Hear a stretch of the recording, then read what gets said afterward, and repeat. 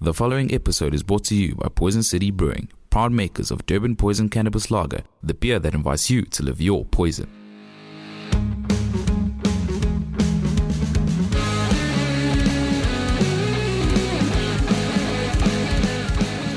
Like I still love the thing though, like between you and Wade, with the where everything is you referred to as a child. Oh, dude, I'll tell you all about how that started, even as well. Yeah, dude, like actually hit me with it now, dude. Like, what was that? Because I am already recording. So, Oh like, shit, okay. how did you end up being the child of the music scene? Like everyone's the first time Wade said something like this, I was working Pirate Fest held by Sicario Effect. We did Pirate Fest with the Treyu and Ailstorm. The after party, I was standing outside on this parking lot and Wade was smoking. And I don't remember what I said, but it just boiled down to, I was like, I said something about feeling old. And then he was like, oh, how old are you? So at the time I was 22. Yeah, it's like 2 years ago. So I was 22. And he was like, holy shit, you're a fucking child. Like you're a child, man. Like you can't say anything from now on. You're just a child. And then that started the forest fire.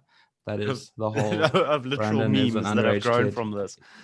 And I didn't even know how many people knew of this until 2 years ago at the South Africa Metal Music Awards. I was supposed to present an award.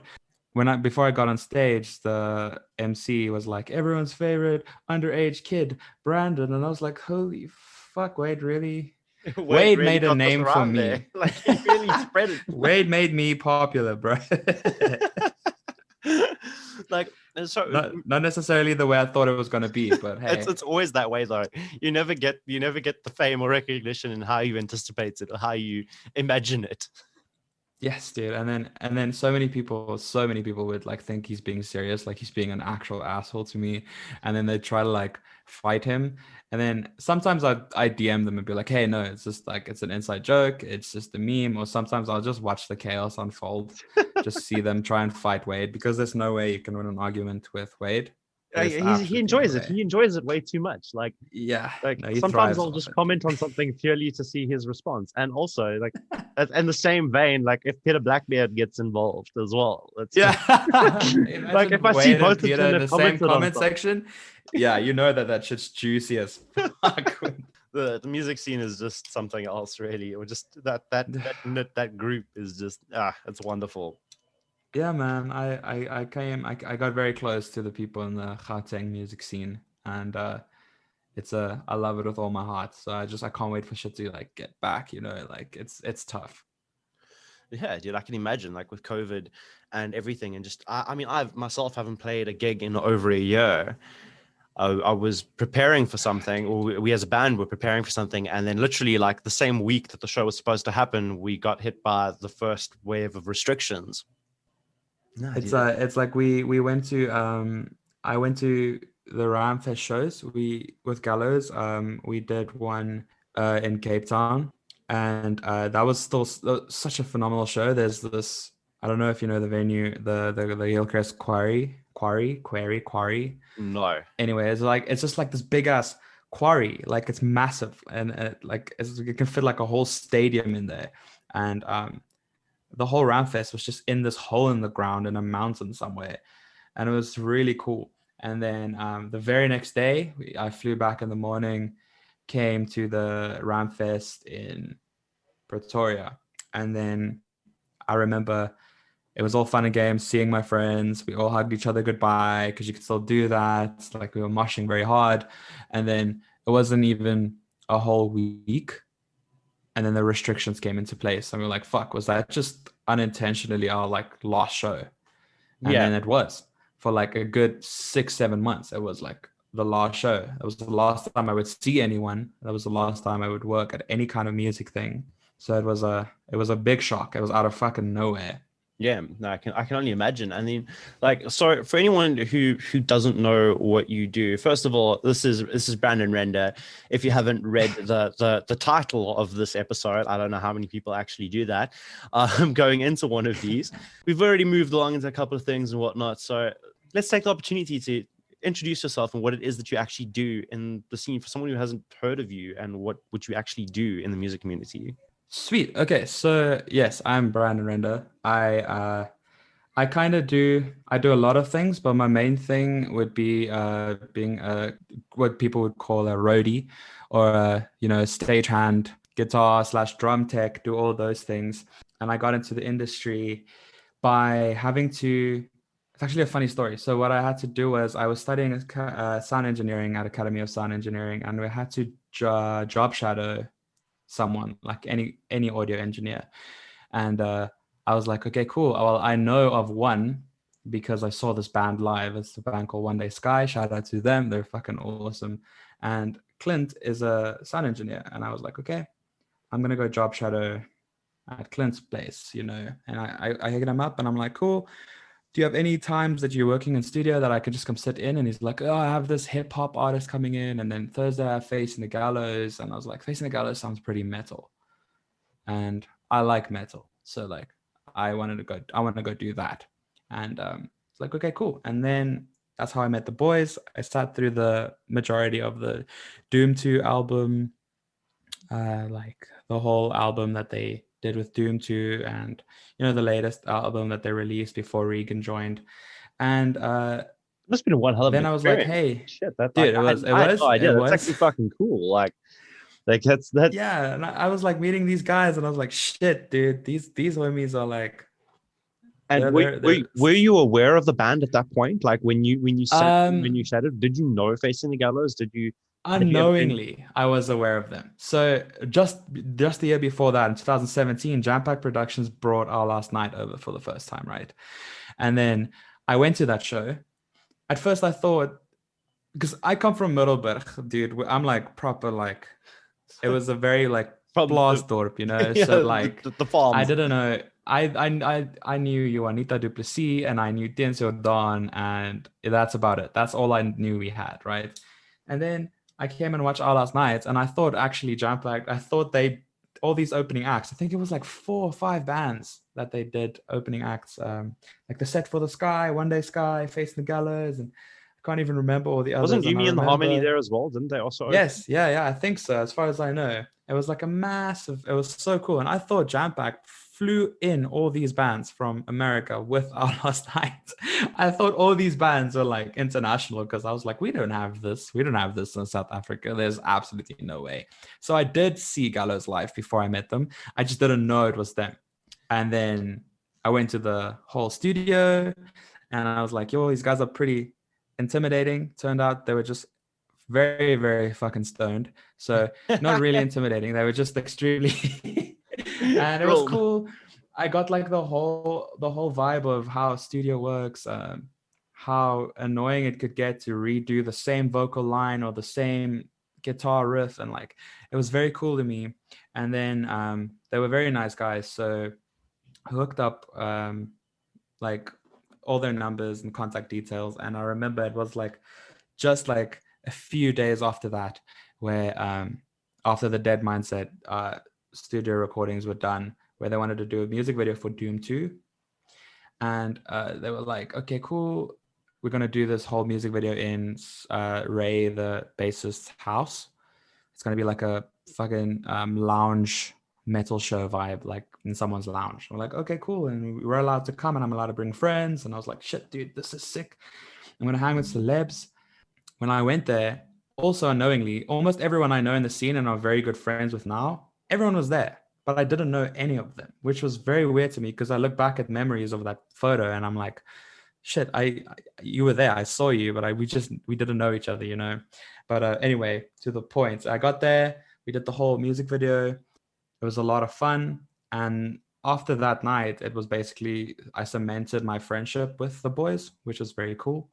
I got invited to a lot of their shows, and and then right before that, because of One Day Sky and Clint, I got in contact through JP, who's also one of the big managers at Jam Pact. I got in contact with Jam Pact, and I was like, hey, I want to like do something, because I was too shy to do any of my own music, because I was like, I'm not good enough, you know that feeling where you don't want to release anything or do anything because you don't think you're going to be able to make it. So I was like, I want to do something in the scene. And then Craig Atkinson phoned me, and he was like, I didn't know who he was, by the way. I just knew he was like the main dude, one of the him and Jen are like the main people. And he phoned me and he's like, why should you work for Jampack Productions? Why shouldn't I give this to someone else? Like straight up like question like that. And I was like, my heart dropped, dude. I was like, fuck. Yeah, I don't know, dude. Like music is my passion. And I just said a bunch of shit. And it ended up me going to work for them, doing the first show of the 5-show tour that they did for the rhino conservation. And it was Secrets, which is coincidentally a band that I've been listening to since like I could remember. So I was like freaking out. It's through that I started learning more things and getting more contacts, working with some of my childhood heroes, like Crown the Empire and Attila, and you know, those people. Like it was, and meeting them and then getting their contact details, building a name for yourself, making sure that one day if I should go there, I could have a place to start, you know, do something like that. But yeah, that's basically what I do. I do crew work. I also do social media managing for some bands here and there. I'm starting the whole band managing thing now, which is also nice. I have my own music side project that I'm doing. So yeah, that's basically all the kind of things that I'm doing in the scene. But yeah, basically just a crew member. I sit in front of the drums that Vic kicks because he can't kick softly. So because his kick drum flies everywhere. So I have to sit in front of the drums every show and hold it. So if you've probably seen someone do that, that was probably me. My left ear is fucked because of that. So thank you, Vic. But yeah, that's basically what I do. That's cool, man. Like that's such a. I'm curious to know, like, with doing sound engineering, was that a learning experience for what you were studying to do at the time? Did becoming a stagehand, working with actual bands, and you know, helping manage the sound and helping set up stage, was that valuable information for working towards becoming a sound engineer? Definitely. So my main dream as a kid was to be a musician, and it was that point in my life right after matric where I was like, shit, dude. Most musicians at the age of 18, well, most musicians I listen to have done like 2 Warped tours. Like, I'm not good enough for the shit, right? So my mindset was like, at least I want to do something similar to that. So I still want to be part of the music scene. I would never want to do a 9 to 5 job. That is just not for me. I can't do that. So I was like, okay, cool. I'm going to go study sound engineering, and dropped out twice out of 2 different universities because of various reasons. And I was like, hey, like this is also just not for me. Sound engineering, knowing the things that I do know now does help a lot when it comes to crew work. Like if the sound engineer needs something from me, I know exactly what he needs. I know what might be the faults. I know what might be wrong. If I have to run to the sound engineer and be like, hey, you need to come do this, or you know, those things. So yeah, it was a learning experience, and I think that if I didn't do that, I wouldn't be working crew today. So yeah, definitely valuable information. Also, a lot of the stuff in the courses was to do with home production, studio production, like your own bedroom studios and stuff, which I am using basically every single day. So I would say that it was very, very, very valuable to go study sound engineering, and I'm very happy I did. Nah, dude, that's great. Like it's so cool. Like one of the biggest reasons why I wanted to talk to you was just your perspective on it, and just being, you know, how you have such a different line of sight than the average person who would even just to one person spectating or watching music, as well as a person, and then from a person who is playing music. You know, you're in that sort of middle ground, that sort of limbo in between. I don't know if that would be the best way to describe it. Yeah, no, I totally agree. And it must be such an interesting experience, like just not only spectating, but being an intricate part of what is actually going on here, that you are to some degree making this function. Yeah, it is. It's the first few shows I would tell you are some of the most stressful shows of my life. But especially if I work for like a band, like for Gallows, we go to the show, you like party, you work for like that 145-minute set that they do, and then you're done, right? But when you work for like production companies like Jampacked, you start at like 10 in the morning and you finish at 3 the next morning. So that was one of my first shows I've ever done. And I did all three. I did both the Johannesburg shows and the Cape Town show. So it was a very like insane experience. Like my body was dead. I didn't know a lot of the terms because I was still studying. So you were just thrown straight into the deep end, basically. You were given a job insanely. and like, I was cool, run. I was like Googling terms, like every time like the sound engineer or one of the stage hands or one of the band's like stage techs would say something, I would Google the term just to know what it means. And then Be absolutely sure, like, even if it was something you didn't know. Like, fuck, do I even know what this means? Like an XLR cable. I knew what it meant, but the one time the dude was like, "Hey, can you pass me the XLR?" And I was like, I was like, what the fuck is that? I don't know what that is. And then afterwards, I was like, oh fuck, I know what an XLR cable is. Come on, Brandon, Jesus. And so yeah, it was definitely straight from the deep end, and it was a big learning curve because of that. So luckily, my bosses did know, Jampack knew that I told them like I didn't go in. I don't know a lot. This is my first thing, so they knew. It was all relaxed, but I was stressed. And it's nice that the perspective is very nice. It's very different because you see musicians pouring their heart out on stage, obviously not really caring about what's going on around them, especially gallows. It could be that first song, then mic stands are flying, drums are falling over, and like, so you see that and you know that, hey, I kind of made a difference by going and fixing that, doing that. I made the show more flowing. Like I made the show flow better.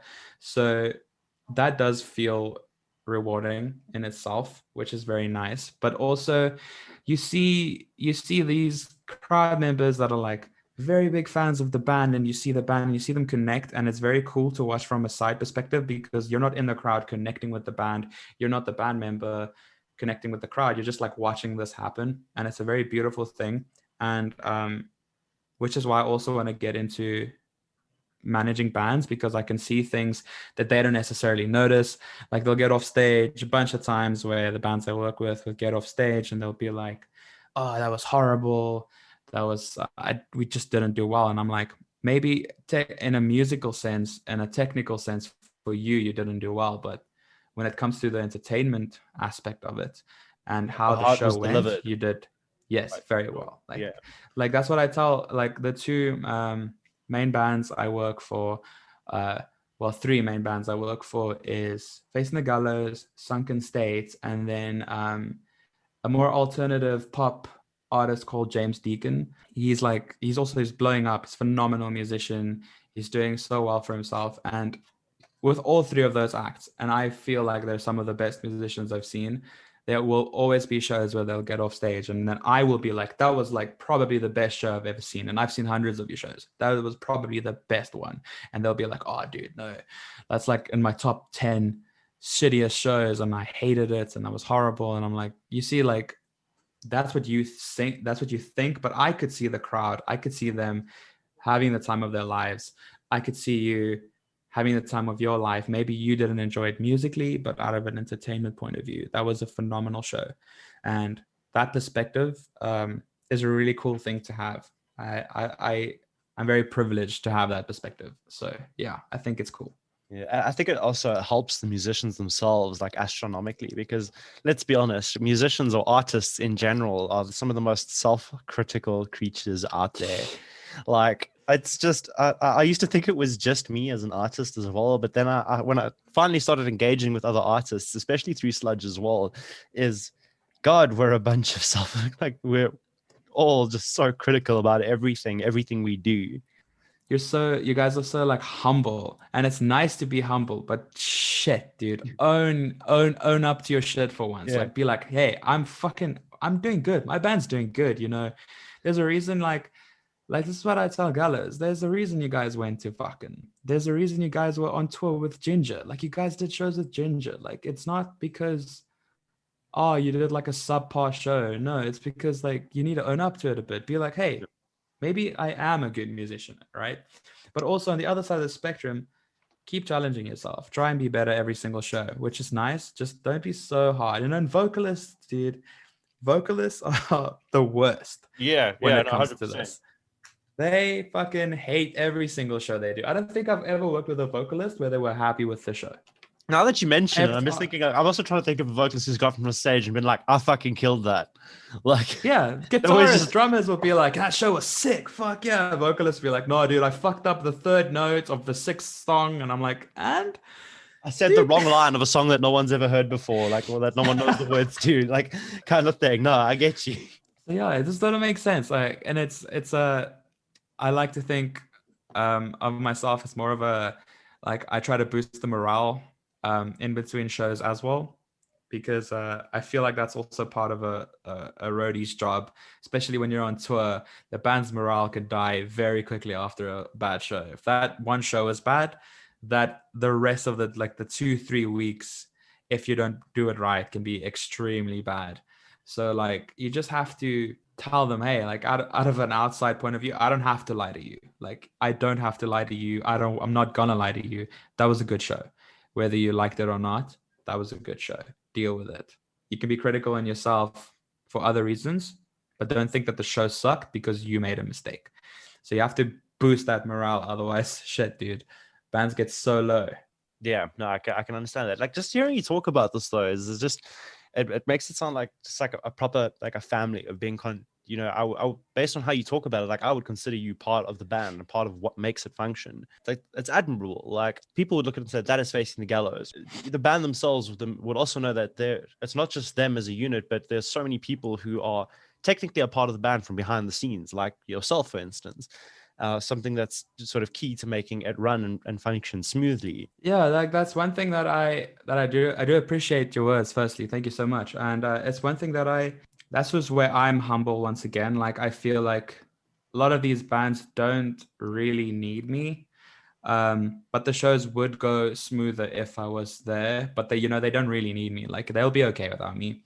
But also a lot of times they would come to me and be like, hey, thank you, like that was like without you that show sucked, or you're a part of this family, especially Gallows and James Deacon and Sankaset, all of them, like they make sure that that you are a very crucial part of what they do, and you are part of the vision. You are in the vision for the long run. This is part of the plan. Like for instance, the way Gallows contacted me to be part of their crew was I was at there was a Wacken Battle of the Bands at Sundowners, and they were at that one. And this was before they even knew they were going to go to Wacken. They were still battling it out. And this was like one of the first gigs with Regan. He still had like that whole like he fucked up his leg in some way, his knee, and he was like in this weird like cast thing, and he was like doing these weird gorilla jumps because that's all he could do. And it was such a cool show. And then afterwards I went and I spoke to them, and I'm like, that was amazing, like well done, like phenomenal show. You guys are definitely going to win this. Because when I saw them with Regan, especially the new vocalist, the dynamic they had, I was like, there's no way that they're not winning this. They definitely winning this. They just click, they do so well together. And then James approached me and he was like, hey, so you can say no to this, but like I just want to know that we would really love having you on board. I see you as part of this vision. We need to make more professional moves. We need to have those like crew, have the crew, people setting up our stage for us. You have to look the part. And that's what I told them afterwards as well. Like it's a really crucial thing, because when these international bands come over here and you don't really even see them until before the show, they have like a whole team of people coming, setting up their stage. 10 minutes, that whole stage is done. Everything is ready. The band, even the clothes are ready for the band, the wardrobe, everything. Like, and that just screams professionalism to me. Like that looks good, and wearing a shirt that sometimes says like, Gallows crew or Jam Pack Productions crew or James Deacon's crew or whatever, like that looks cool. People see that and like, holy shit, this band has a crew. That is cool. It makes you look way more professional. I enjoy that side of it too, because that also makes me feel part of the band. It makes me feel like I am, not just some freelancer that they can just, oh no, we don't want you now, and then like 2 weeks later, oh, we want you again. Or it's actually like, we're going to the show, but we might not need you, but you can still come. Please come with me, like just come with, because you are part of this like project. We want you to be there. We want you to be seen with us. which is very nice. So yeah, I do feel, I must say, all these bands that I worked with, like they make me feel like I am part of the band, even though I'm not on stage playing an instrument or singing, you know, like I feel part of them. So that's very cool. Very close knit to all of them as well. Like it's mind blowing just hearing you talk about all these sort of things, like just the concepts of professionalism and the image that it gives. And I wanted to ask your thoughts, man, on bands who are not at that point yet, who are working towards that point, who are working towards professionalism and their image, and you know how they should act on stage and act before they get on stage and act on when they're setting things up. As someone whose job this is, as someone who does this for a living, what advice would you give those bands? So are we talking bands that are playing for like 10 people at club shows and Yeah, that like are so your working? bands that are working up, your bands that are trying to make a name for themselves, that are trying to make the Awesome. right moves, that you know that Yeah, are okay. trying Well, to work this their way. this is actually going to be a fun question because I had this conversation, especially with Sunken State, which is, I don't know if you know, but they're blowing up right now in Yeah, the metal scene. They, um, and there's a reason for that. Okay, so I would start by saying, first of all, obviously, your music needs to be good. You need to constantly make sure that your music is good. But on the other side of things, your social media is probably going to be your lifeblood throughout the rest of your career. Like we're not in the early 2000s where you can run around and give your mixtape to people and maybe that could blow up. That's not how it is at all anymore. Like you need social media presence, you need constant social media presence, you need a fan base that'll interact with you and would want to come through to your shows. A lot of bands like Volvadinia did that correctly. They did the whole social media thing perfectly, and their image were this very big, scary horror gore band. And our vocalist says "Brie" a lot, but like, look, we have this image that we have this gory, fucking. We put our logo on basically everything. So like merch as well, very important. Volvadinia have like they have curtains, they have bedding, they they have have people actually getting tattooed like with the yeah, name. yeah. Like Like they it's, if have the that's not best marketing, I don't know merch what in is. the Like game. Yeah, exactly. So like you need to have social media presence. Secondly, you all need to have a very similar aesthetic, in my opinion. Like your band, you can't be okay, it also depends on your genre, but like you can't have like a homie that's dressed like Tony Hawk from 2003 and then dude in the front looks like Lil Peep. Like it's not gonna correlate properly. Your band needs to have a look.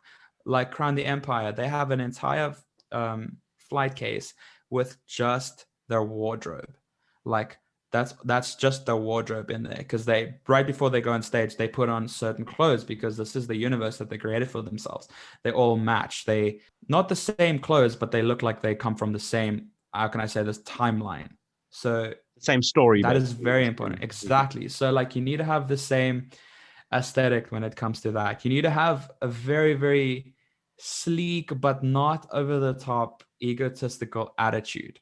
I feel like you can be a very kind person, but you also need to act like, yeah, hey, yeah, that is my band. I'm in that band, I make this music because otherwise people are attracted to people who they think are famous slash popular slash, so don't be arrogant, but be confident in what you do. And I would also say, like, if this is like your first few shows, the free shows in the beginning, play the free shows. I know it sucks playing free shows. It's very shit sometimes to play free shows, but sometimes free shows can give you some of the biggest breaks ever. Or play the cheap shows too. Like Sunken State played. I don't know, just for like legal reasons. I don't know how much Summers paid them or if Summers paid them, but they played Summers 2 years ago, the 2 years ago Summers, and then uh, Rob Pereira from Ramfest saw them and he was like, cool, I want them to open for Black Dahlia Murder. Oh shit. And then Okay, they yeah. did. Like So they went from playing the smallest free club shows to playing for Black Dahlia Murder. And after that, Gallows was like, we fucking love this band so much that we're gonna do like a whole bunch of shows, which was gonna happen this year. There was gonna be so many shows with Sunken State and Facing the Gallows. Like it was gonna be insane. And yeah, so like just do the free shows, but don't do them all the time. At least try and get door money, but like don't get fucked over by promoters. It's a very fine line. But like if you know that there's going to be a lot of people there, do it. If you know there's going to be important people there, do it. If it's just a free show for 10 people, but your band is not even a year old, do those as well. But when it comes to festivals, I would say if you're at that level where you're at festival level and you can like play for big international acts, don't do free shows at clubs anymore. I think then you need to set a rate for your band, even if it's something stupid, it's something small.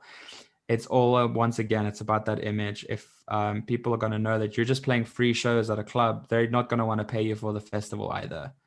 Would you say it's setting a standard, setting an image of this is where we are, take it or leave it at this point when you've reached exactly because to me it's bullshit because in South Africa so many people won't support a band even by paying 20 rand entrance, which to me is fucking laughable, because you're gonna go pay 60 rand for a drink, but for one drink that you're gonna probably have 7 drinks of, but you won't even pay 20 rand entrance to see this band. Like we did, there was the show at Grind Bar.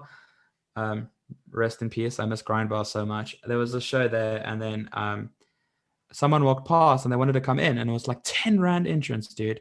10 rand. And these people were like, nah, it's cool. We'll go to the next place where it's like free to go into. And I'm like, stop that. So like bands should start in the first place asking more for tickets. I feel like if it's under 100, if it's under 100 rand for like 3 to 4 bands per ticket, I feel like that's a little too cheap to me, because I feel like bands put a lot of effort into these shows and they deserve to make more. So start asking for more, especially when you're at that set where like the let's say the main band is like Facing the Gallows. Facing the Gallows will have their set fee. They'll have their set amount of money that you need to pay them for them to play. They don't do door anymore. They don't do those kind of things anymore because they've made a name for themselves. If you can't afford to pay for this band to play, then they shouldn't play there, unless there's like special arrangements being made. You know what I mean? So like, I think when you get to festival level, stop playing the free shows, because it's going to set this very weird image for you that the festival promoters probably will be like, you were going to play a free show for 10 people at a club for free, so why should I pay you to play this festival for so many other big bands, where you can at least say, hey, no, I was going to play that club for 1,000 rand. Then they'll be like, okay, well, if you were going to play a club for 1,000 rand, we'll pay you 3K for this show.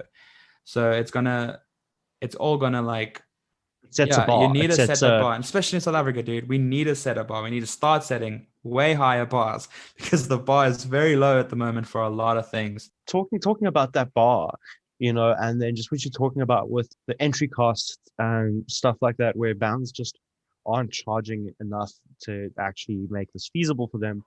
What would you say about the infrastructure that we have for musicians? Because we talk about this a lot, even amongst ourselves in Sludge, where a big like issue for artists in the country is that infrastructure isn't there in that sense.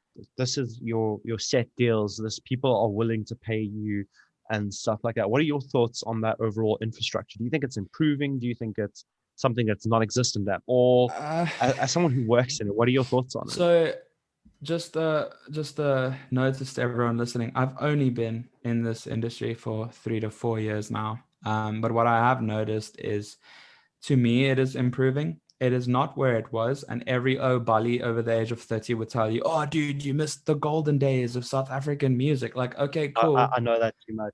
Like, cool. We get that. I hear it too. Don't worry. Thank you for telling me that I missed the golden days. I'm trying to make today the golden days, So stop pitching and make it happen again. Yes, let's work towards that, instead of being like, oh fuck, it'll never be as good as Hatfield Square. Like, dude, I've heard stories about you getting mugged there. Don't talk shit, dude. Like, anyway, so the infrastructure, I think, is getting a little bit better, because there has been this weird realization. It happened last year somewhere where all the bands all of a sudden realized, hey, we're not being treated as well as we thought. And maybe we should start expecting people to start paying more. And I know Peter Blackbeard, if I'm not mistaken, did make a post about this, about you need to be willing to support the musicians that you listen to, more than just a 20 rand. If a musician to you isn't more important, is less important to you than a can of fucking Castle Light, then you should really reevaluate going to watch their shows. If you go there, you know that they needed to drive there, they needed to practice, probably rent out a practice place, they needed to service their instruments, and then they're putting on a 45-minute show for you. And then there's 3 bands that do that, and you wouldn't even pay 30 rand, which is less than most alcoholic beverages, to see that happen, even though you claim that they're one of your favorite bands. That to me is a little shitty. When it comes to promoters, though, a lot of promoters are extremely, extremely good. And I'm not going to name any promoters who are good or bad during the show because of obvious reasons. But like promoters that I've seen last year as well, like bands have been treated very much better than they have in the last 3 years, because they're starting to see like, these bands are also, without the bands, there's no shows. Like you need to start treating the bands like humans and not like some, lackeys that you can just, hey, you can just come make some noise at my venue, and then afterwards I probably won't pay you for 3 months, and then I'll pay you half of the amount I promised you. That kind of shit. Like don't do that, because those bands are going to stop playing your venue if you do that. So it did improve a lot. Galas going to Wacken also opened their eyes to see how insanely great promoters treat the bands overseas. Like it's fucking insane. You do not pay for your own drinks. You have like a buffet behind every stage at every show, and these aren't even big bands, dude. Like that's just the standard that they have overseas. And the other thing is, it could be a Wednesday night, and all these people would still come in and fill up that venue, because they are supportive there, because they didn't set the bar as low as we did. They never set that bar that low. The bar was high from the start. They know that they're going to pay good money, and they worked hard for that money, so they're going to go have a good time. It's not someone coming in, popping a 20 rand and being like, I'm just going to sit at the back and nod my head for a few seconds while this band that I claim are my favorite band plays their heart out on stage, So it's a very different atmosphere overseas. I do find that like a lot of it also comes down to of how our general culture approaching music is.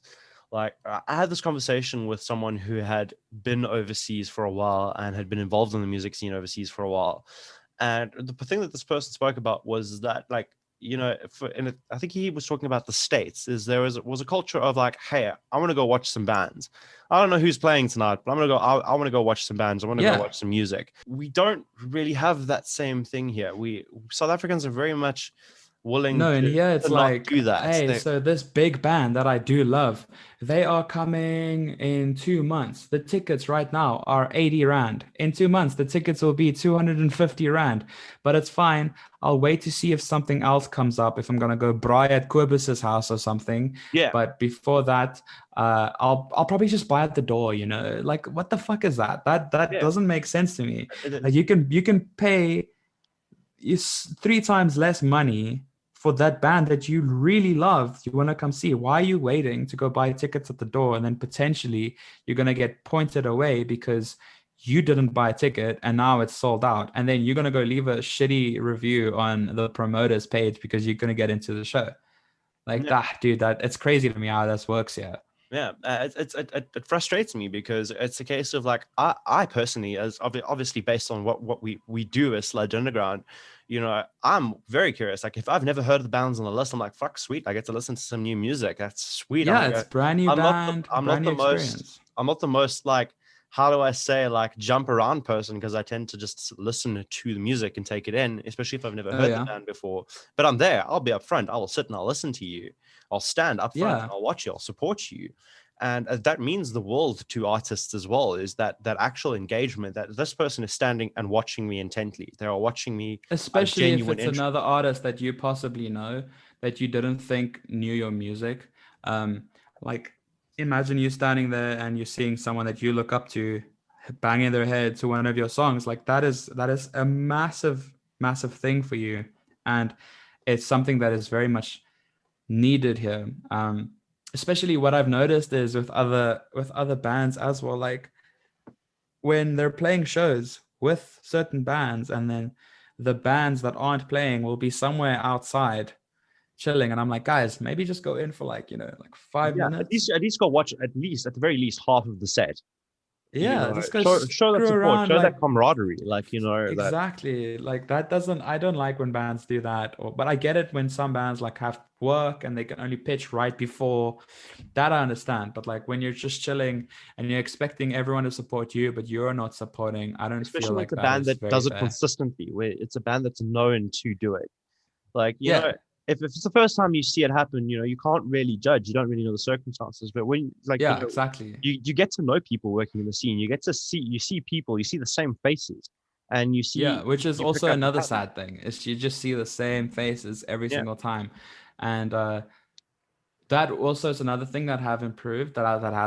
Like last year there was this influx of people fresh out of college or fresh out of matric starting to come to shows again, which was cool, because for like the first 3 years I worked in this industry, it was the exact same people at every single show. So that's also another thing that's starting to get better, but then Corona hit, so we'll have to wait and see after that again. Just support, man. It's just support. That's what we lack. We're lacking so much support. We have a few people, like a handful of people, that are supporting and carrying this industry literally on their shoulders, where you have other people who claim to love all these bands and acts and music as much as they do, but then they just do not support. And I know it's your money. You're allowed to do with it whatever you want to. It's just if that could be the demise of the scene, don't bitch about it, because you didn't make a difference when you could have. Money is also not the only way to support artists. That's a big way to support them. Yes. But you also get people who claim to love bands, but they won't interact with them on social media. Like, I've tried explaining this to people, that interacting with a band on social media or an artist helps them immensely. It doesn't just help commenting 3 words and posting it to your story. Or sharing it or something. It helps, like, because of the nature of how social media works, the more engagement something gets, the more people it gets exposed to. And you can help someone worlds, like, immensely, just like you said, by commenting 3 words, liking, sharing. And because social media censors you so much. So now it's already a starving musician, and now you're already censored by social media. If you're people that claim that they're your friends, your homies, just if they don't comment on your posts or share them to their story, like, tell them, hey dude, like, this would be very nice if you can just support me. It's going to take 3 seconds of your day. Support your favorite band, support your friends' band. Even if you don't like their music, even if you don't listen to your friends' bands, just post it to your story, comment a few things. It's literally going to take you 3 minutes, but it will mean so much for them in the long run. So, like, dude, that's another thing. You might forget about it. You might forget that you even did it, but it sticks with them. Exactly. They'll go home and be like, oh shit, dude, I got 8 shares. 8 people shared me to their story today. That must mean that, they like me, So that's nice. So that means a lot to me. And then in a few years, it'll be 800 people shared me to their story. So, like, it does build up, and it means so much to them. And I think that we should really start. Social media is literally it is the future, and we're already there. We're already in the era of social media bands. Like, so many bands that have never performed a live show in their life that are doing so well because of social media. It's just very important, dude. No, it is incredibly important. Like, I wanted to touch on something that you were talking about earlier, about just, like, when you look into the crowd and you see an artist that you look up to supporting you and just enjoying what you're doing.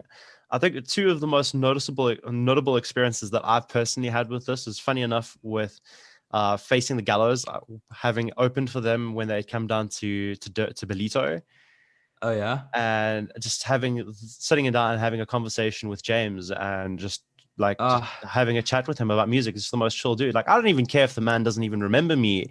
He was just, dude, that James will definitely remember you, dude. he was James just is the such... nicest guy, and it motivated me so much as an artist. And I think at that point my band was pretty shit. We were just really lucky to open up for them, and it was just they were just so accommodating and so nice, and just, they had watched, and they always stand in their little... We always stand together in the crowd. It looks very funny. Yeah, I don't know if they did it there because I wasn't at that show, but like there's just like everyone standing there with like... Ray usually has his arms crossed and he's like banging his head a little. Yeah. And James is like standing with a beer or something. He's like, okay, this is cool. They're there. And I don't know if you know Ashley Gainsford. Dude, my boy. I love him so much, man. He's also one of the reasons I am where I am. He's taken me under his wing. He showed me the ropes for almost everything. He's just the greatest. This dude's like my maestro, dude. I'm originally from Joburg, from the West Rand. The first couple of shows I ever played was at Rumors, and we always had the best time when Ash mixed us. And I did. He's such a solid I got guy. to the point where we played there long enough where like one of the turning points, and just like my heart melted at this, was where he remembered us. He had remembered our songs. He had saved settings for when we played there, and he had memorized some of our songs and would do the lights accordingly to those songs. And dude, yeah, he's such a lovely dude. Like he remembers all of these things, and he's the sweetest dude. So passionate, Yeah, exactly. I feel like Ashley is one of the very, very great examples to use for passionate about this industry and passionate about the scene. Like, he would do so much more than is expected of him just to make sure that the show runs smoothly, just to make sure that everything, everyone's happy, everything's going good, so that's a very Ashley thing to do. I think we all need to be a little bit more like Ashley when it comes to supporting local bands, because that's like, the standard, that's the benchmark now. That is the Ashley Gainsford benchmark. That's where we're at. If you don't support the bands as much as Ashley does, don't call yourself a fan. That's great. Yeah, no, Ashley is great, dude. The Gallows Boys, I love how they support other bands and how they would like bring other bands into the scene, show them some exposure, because they've been around for almost longer than I've been alive, man. That's crazy to me. How when I started working for them, I didn't really know the length of how big this band is in the scene. And just noticing everyone like coming to the front, especially when Filth comes on, and everyone's coming to the front of that barricade and they're grabbing the mic and they're screaming those lyrics as hard as they possibly can. And there's like hundreds of people screaming the same lyrics. You can see the difference that they have made. And that is why I do this, because it's like, I can see this scene still has like a big ass heart. It's not dying. I know a lot of people are like, oh, this scene's dying, but it's not. It's really not. It's generally it's the bully perception that it's yeah, dude. Like, oh, I don't like this new bouncy blech music. I'm gonna go listen to my music from like way back, which is still good. Like, it's still good, right? Like Pestroy and those boys, they were amazing. But things change. But the new bands are here and they don't get nearly enough recognition. And that's what I like what Gallows does, is they'll take these small bands and be like, hey, you haven't been a band for even 2 years, but come open for us. We'll get you some new fans. We'll put your shit on our socials. And, it just means a lot to the bands. And this is also like, it's also what happened to Sunken State, because they're brand new. Sunken State haven't even been a band. I think it's just 2 years now. So like, they're a brand new band. And they've already played for Black Dahlia Murder. Sunken State. It has Matthew Swanepoel's in Sunken State. Eh? Yes, dude. Shout out to Matt. Yeah, played in Feast of Famine down here in Durban, if I'm not mistaken. All I know is Matthew is one of the most talented musicians I've ever encountered. No, for sure. Like, it's unbelievable. The man's a ridiculously good guitarist. Like, we were doing this live show for Urban Sessions, and he was sitting. There was this piano, and sat down, and he did a whole Sunken State song just on the piano. The What? whole I didn't guitar even know the part, man just could play the piano. whole Holy thing. shit. Dude, I think he plays everything. Like, oh my I think he God. and then he went and he played some drums right after that. So I was like, well, okay, we get it. Like, Like, you can bro, do all these please things, bro. save some He's for gonna the rest of fucking us. kill Like, me, can't. bro. Gonna tag him in this podcast. Be like, yeah, see, dude, I'm being so nice to you. Give you some A brownie positive points. attack, like sort of Yeah, exactly. But no, angrily they shouting all. compliments at people. You're a fucking great musician, okay? Jesus. No, like he's phenomenal. But the whole band is, they're all super good musicians, and that's why their dynamic as well together is phenomenal. And they practice like 3 to 4 times a week. So like Oh no, that would it's definitely contribute to that. That must. I haven't seen Sunken State live. Like I haven't had the opportunity to do so. But if they must be one hell of a live unit if they're practicing 3 to 4 times a week. Good God. just to give you some idea, the Ramfest show they played for Black Dahlia Murder, their whole I think it was either 30-minute set or a 45-minute set, I can't remember, but during the whole set there was a constant circle pit. Like it didn't stop even in between songs. So it was insane. I have some footage that I'll show you afterwards, but Yeah, that dude, was like sure. I'd love to crazy, fucking dude. see that. It's no, they're the energy. It's that energy. It's that bounciness, man. It's metalcore and deathcore, I feel, in this industry right now is what's making the big impacts. It's what's making the big win in the metal industry, you know, which I think is very cool. But like I just love the variety that's coming out of all the nooks and crannies lately. Like even with Gournay, like it's very cool. It's insane. It's a nice change of pace, especially for me with James Deacon. Like he is also a phenomenal musician. His one song got featured on HBO for their like trailer reel for all their movies.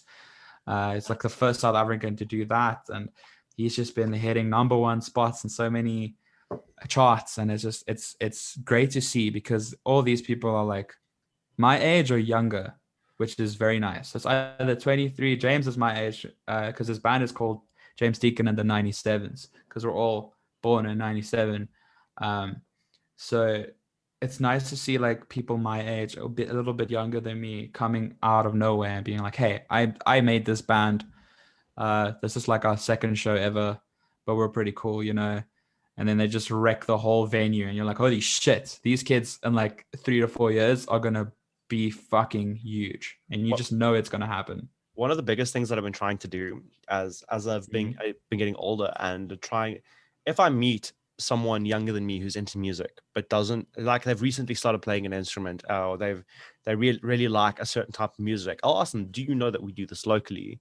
Have you heard of any local bands? And slowly but surely I've just tried to bring as many people into that fold as possible, especially through Sludge. Dude, because it's insane how you don't really hear that. Yeah, and it's like you'll speak to someone who really likes a certain type of music, and you're like, well, have you heard this and this? They're local, you should have. And it blows like their mind that there's something like this that exists locally. Yeah, that is exactly what happened to me. Like the first time I experienced, like I didn't know who Pestroy was at all until like last year somewhere. I was chilling at Sundowners and I was smoking a J with Spencer, who now moved to England. He was the ex-owner of Sundowners. Yeah, awesome. So and then he was like, yeah, did you go to the 2014 Ramfest? And I'm like, bruh, do you know all that was in 2014? Like I couldn't go to any shows, man. I wasn't allowed to do all of these, and I didn't even know these things existed. And he was like, okay, cool.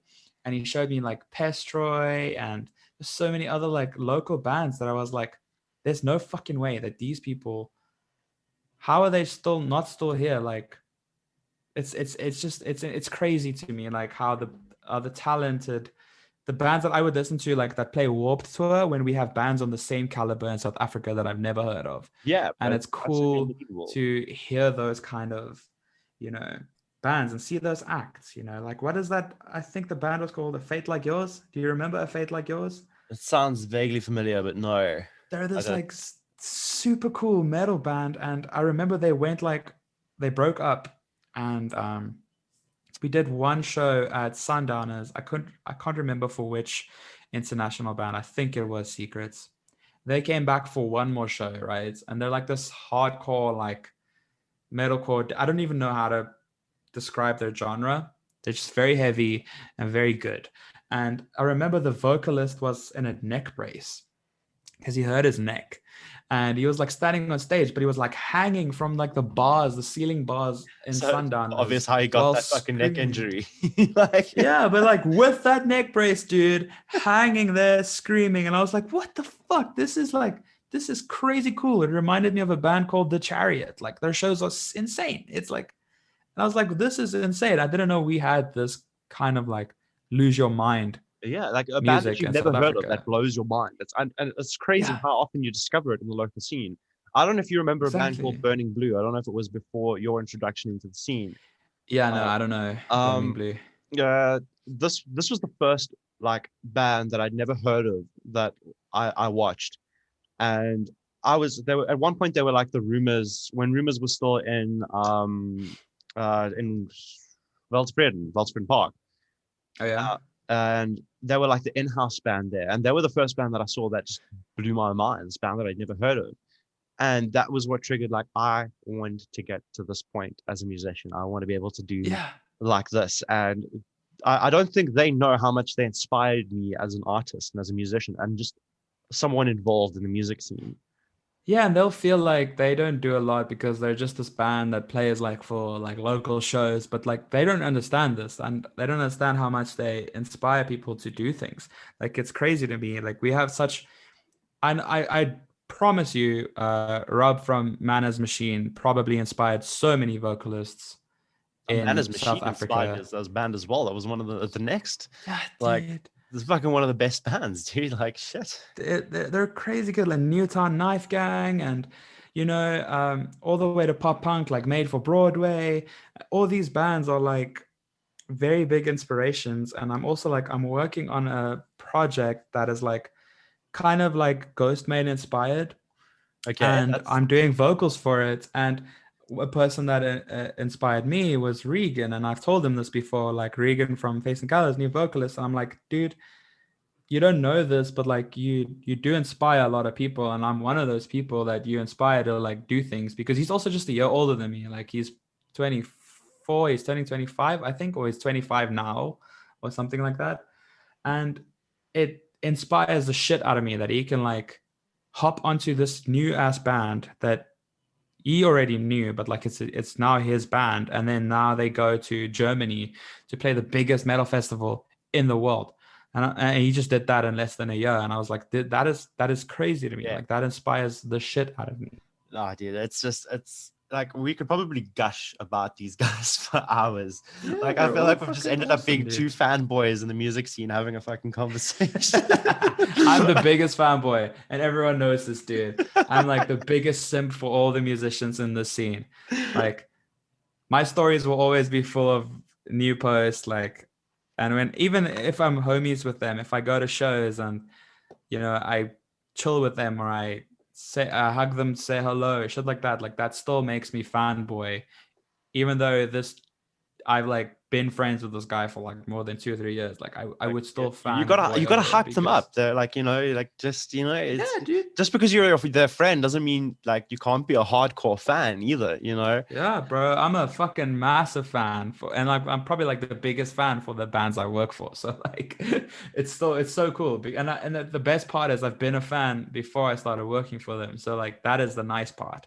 So I can still, it doesn't feel like, oh, I now need to be a fan for my homies. I was a fan first. So I can still like use all that stuff that I used to do, buy them shots and drinks and be like, oh my God, I'm actually chilling with these people. And then in the next sentence, also just like go and hang with them at their house and just be a friend, but like being a fangirl at the exact right points. And it's nice, like hype them up, make them feel good about themselves because they deserve it. I feel like the scene deserves more people who just hype your bands up, dude. Yeah, Stop dude. making them feel like they're like not doing enough, because so many bands are getting discouraged. I mean, like how many times has someone walked up to you and been like, have you heard this? Have you listened to this? And they're like, it'll be a good song. It'll be from an international artist, but have that same level of hype for a local artist Yeah, as well. exactly. That's one thing that I must say that well, I say older generation, but they're not old. But I mean like the 30 plus year old, that generation, the Pestroy generation, the old school, the people who are like veterans in the scene right now. That's one thing that they do though that I really do appreciate is a lot of them will come to me and be like, dude, this band, like back in the day, listen to this, like they were so good.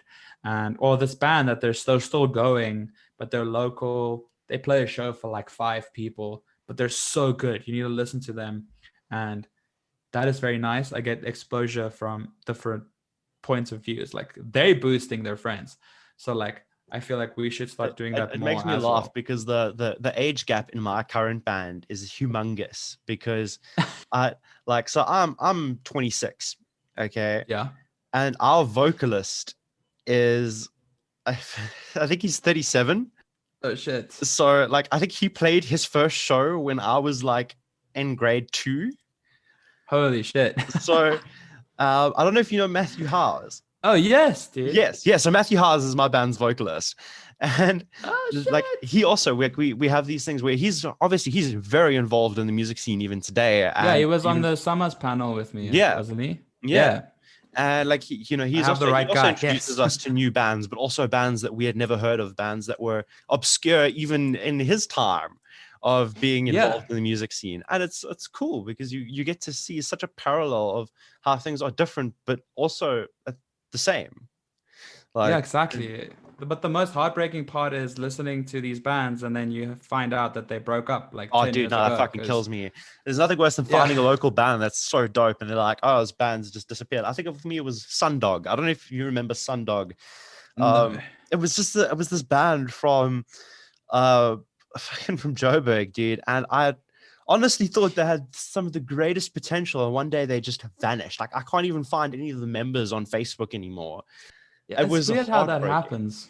and it was also the Or Goldilocks someone song. gets a child or one of them moves to a different country and then it's like it's just over. And Yeah. that's very sad. Like And it's like it can disappear so quickly, and it's saddened me because I would love to know what they used this time, like what would have come out. And one of my favorite bands that are still around from when I first got involved is Savage Lucy. oh dude. And I remember seeing Dude. Savage Lucy for the first time at Speedo Fest, at like Yeah. the first Speedo Fest, and like to this day I still have fucking like such a soft spot for that band. Bro, it's one of my favorite bands to watch live, but I have to tell you a funny story that happened with Savage Lucy. We were at D-Day. Yeah, so we were at D-Day watching them perform, and I was like, obviously it's 420 Fest. So like, yeah, you're like You're you're grilled. hoying, you're grilled as hell, you're baked as heck. I don't know what and we think that someone spiked the 1J that they were passing around in the crowd with some or other weird shit. Because basically what happened was Savage Lucy was like they were like halfway through with their set, and I was sitting with the members of a band called Them Dirty Strikes.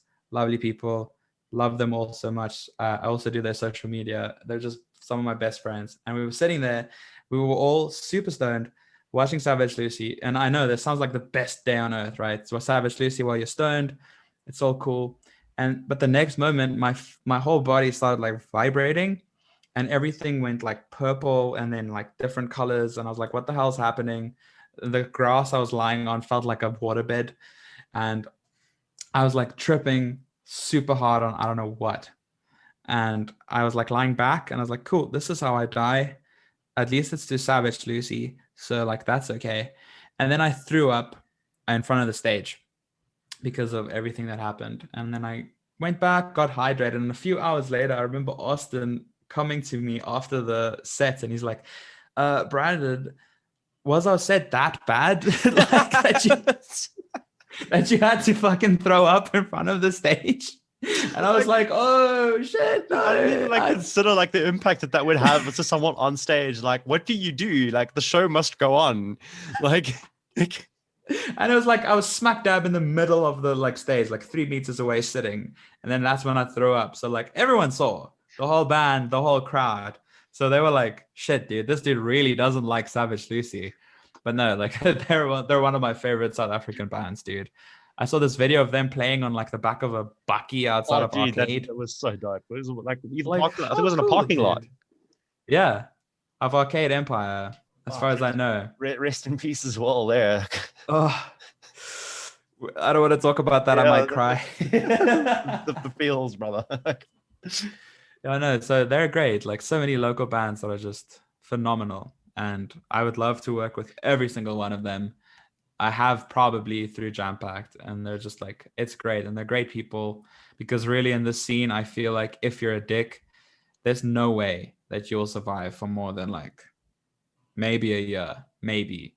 But people talk and promoters talk and fans talk and everyone talks. If you're gonna be an asshole, you're not gonna make it far in this industry. Yeah, like So I can personally attest to that because I have been in a band where two members personally ruined a reputation. Just for anyone who's in a band listening, it really has a massive impact on your overall perception and how far your band can potentially go. definitely, dude. Like one member in that band can poison the whole image. And if that member isn't like dealt with in the sense of either a public apology or being kicked out of the band, depends on the extent of what happened. I feel like people just aren't gonna support you anymore. No, I mean You're gonna have a seen it happen reputation. with bands in the local scene. Like you've Exactly. Yep, a few bands like that I've even like last year, where it's like you could have handled that way better. That's also why I think a lot of bands should have a social media manager where someone can at least green light before they post. Because some bands post things where you're like, holy shit, you really should not have fucking said that. Dude. No, yeah. I don't care how you meant it. Whether you meant it in a bad or good way, like that was like something you should not have done. And that's probably going to cost you a few shows. A lot of venues are probably going to take you off of their list. Like, you like fucked up. Something Graham Watkins spoke about was being in the public eye. If you're an artist and if you're trying to make a name for yourself, whether you like it or not, you're in the public eye. And yeah, definitely. It's not just your band. If you're in a band, it's not just your band that the statement you make as a band. You have to be careful about what you say as an individual, because at the end of the day, you are a representative of what is essentially your brand. And yes, while your views might not be the views of the rest of your band, you can taint their image, as we were talking about. So exactly, dude, you are have to be careful about yourself. what you say, and you have to think very carefully about doing anything that could be perceived as controversial. Exactly. So a lot of people will tell me like, okay, but like, yeah, it's just the one member, separate artist from art. Then I'm like, okay, you say that, right? You say that. But what if Corey Taylor, comes on stage and yells like some racist shit? Are people going to be like, hey, holy shit, I don't like Corey Taylor anymore? Or are they going to be like, hey, I'm stepping away from Slipknot? I can promise you the majority of people are going to be like, Slipknot needs to deal with this, even though Corey Taylor they'll kind of is the whole face. Because if the rest of the band doesn't say anything, exactly, it gives that impression of, okay, well, they're fine with this. Exactly, that is the problem. And then people are like, okay, cool. Well, if you're so fine with something very hateful that you're not reprimanding your band member, then that means you're complying to it, which is not a good thing at all. So then they'll just step back. So like, dude, I would feel get social media managers, start, or at least run it by a few of your friends before you post something, because it can be something innocent as well that you mean as a shitty joke. It can be misconstrued, yeah. Completely. And then if it's misconstrued, fucking make a post about it. Make an apology post about it being misconstrued. Try and explain yourself. Don't just leave it, dude. Yeah. Yeah, something very fucked up will happen and then they'll just never come up with a response. It's so stupid, dude. It's so stupid. Like, just, it's basic knowledge when you are being put on a pedestal by people. And that's the bad and good part about being, in quotations, famous. You're being put on a pedestal. You're given some sort of power. And if you abuse that power or you say something that is very stupid, you're gonna have to explain yourself or carry the repercussions for it. And if you're not gonna be willing to carry the repercussions for it, there are gonna be bigger repercussions for it. So like, just don't be, don't be a doos. Just chill, have a good time. Stop going on your social media when you're angry about a controversial subject. Either make a fake account with your own name that you're far away from the band, because if you're going to go on social media and you're going to post something that is very fucked up, you're going to screw up the livelihoods of every single member of that band of yours. And that is very unfair towards them, because some bands have worked towards their success for years and it can be stripped away by one member being stupid. Yeah, And no, I feel like that's really unfair. Like, we've covered a lot of like ground here, man. Like, we've spoken about so many different things, and I've really, really enjoyed your perspective on just, bands, the scene itself, the behind the scenes, and it's been such a great perspective. It's been so great to hear from someone from your side of things, because you're the first person we've interviewed in this sort of aspect who does what you do and is involved in the way that you do. And it's been so dope chatting to you about this. Oh, thank you so much, man. Like this is also a very cool platform. Like I really didn't even know about this platform until you about Sludge Underground, until you contacted me, and I was like, holy shit, you guys have been going for like over 4 years. Like, that is cool. That is what we need. We need that exposure, that safe space for bands. And it's very cool what you guys are doing. Yeah, thank you so much for like having me on this. I feel so cool. I like on a podcast and shit. Like, this is rad, dude. I really appreciate it, man. Naz would have been here as well today. Unfortunately, due to circumstances, he wasn't able to make it. I'm sure he'll appreciate that as well when he listens through it. What we usually do when we close out, there's a couple of things that we do, is that when we interview an artist, we play some of their music.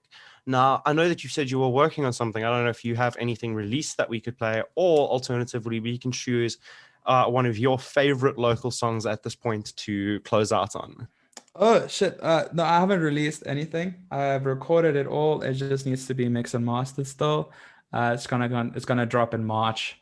And Please send something my way when that happens. I shall, definitely. But let's see. My favorite local song. What should I choose, man? I'm gonna have to go with Gallows, and I'm gonna have to go with Blackening. Oh, yes, it's fantastic. Now, before we close out, man, where can people find you on social media? Awesome. So I am on Instagram at Brandon, but like it's spelled very weird. It's at BRRANDXN. Because I'm edgy like that. And then I'm also on Twitter under the same @.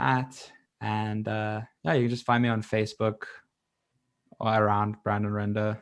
That's where I am. But preferably just stick to Instagram, because I don't really post cool stuff on Facebook. I'm just very bland on there. So the only thing on Facebook that's cool is Wade Flowerday tuning me.